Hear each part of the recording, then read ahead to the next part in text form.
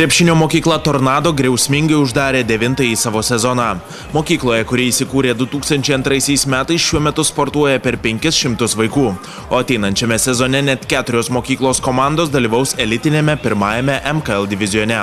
Tornado krepšinio mokyklos sezono uždarimo šventė prasidėjo snaiperių konkursu, kurį laimėjo 16-metis Laurynas Rybakas. Specialiai ruošėsi tam? Nikiek nesiruošiau, visiškai nesiruošiau. Ne pirmą kartą dalyvauju tokiuose konkursuose, tai nesiruošiu visiškai. Sezono metu taip pat tritaškai lindo, kaip ir šiandien? Būdavo varžybų, kur lyzdavo, būdavo, kad ir nepaeidavo, bet šį kartą paėjo, tai džiaugiuosi.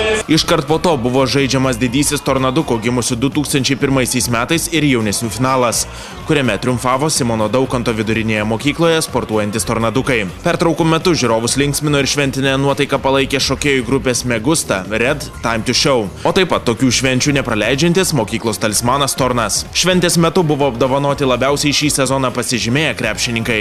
Taip pat apdovanojimus gavo ir labiausiai patobulėję sezono žaidėjai. Dar vienoje nominacijoje geriausių metų treneriu buvo pripažintas Gintaras Daugėla, kuriam pasibaigusiame 2010-2011 metų sezone su KM Tornado Viči pavyko įvykdyti prieš sezoną keltus aukštus tikslus ir patekti į pirmą divizioną. Renginio metu buvo pagerbti mokyklos rėmėjai ir atsisveikinta su mokykla jau baigiančiais 18-mečiais. Šventės kulminacija tapo dėjimų konkursas, kuriame savo galimybės demonstravo 7 tornadiečiai, o tarp komisijos narių buvo ir kviestinis svečias, LKL čempionas ir nacionalinės šalies rinktinės narys Mantas Kalnietis. Po atrankinio etapo į didįjį finalą pateko Ignas Daukšys kartu su Luku Žukausku. Finale atliktas antrasis Luko dėjimas abejingų nepaliko. Juo liko sužavėta tiek komisija, tiek publika. Tiesiog bandžiau laimę visiškai, jokių treniruočių nieko. Jokių, vakar paskutinį kartą kamuolį laikiau ir tai buvo rungtynės, taip kad jokio pasirašymo neturėjau laiko. Sezono metu ar dažnai bandai įdėti krepšį? Per rungtynės geriau užtikrinti taškai, išpakašint gražiai nuo lentos, o per treniruotę, per apšilimą galima vieną kitą ir dėti.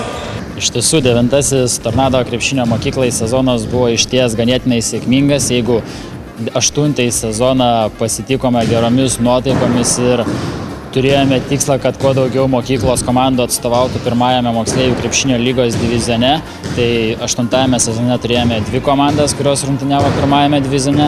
Taigi galime pasigirti, kad 9-ąjį sezoną pasitikome su dar didesniais lūkesčiais bei tikslais ir apibendrinus visų komandų pasirodymą vertintume 8. Vasaros metu krepšinio mokykla Tornado tikrai netinginiaus. Birželio mėnesį pagrindinės komandos dar tęs treniruotes, o į vaikų itin laukiamas vasaros stovyklas šiemet vyks 3 skirtingomis pamainomis.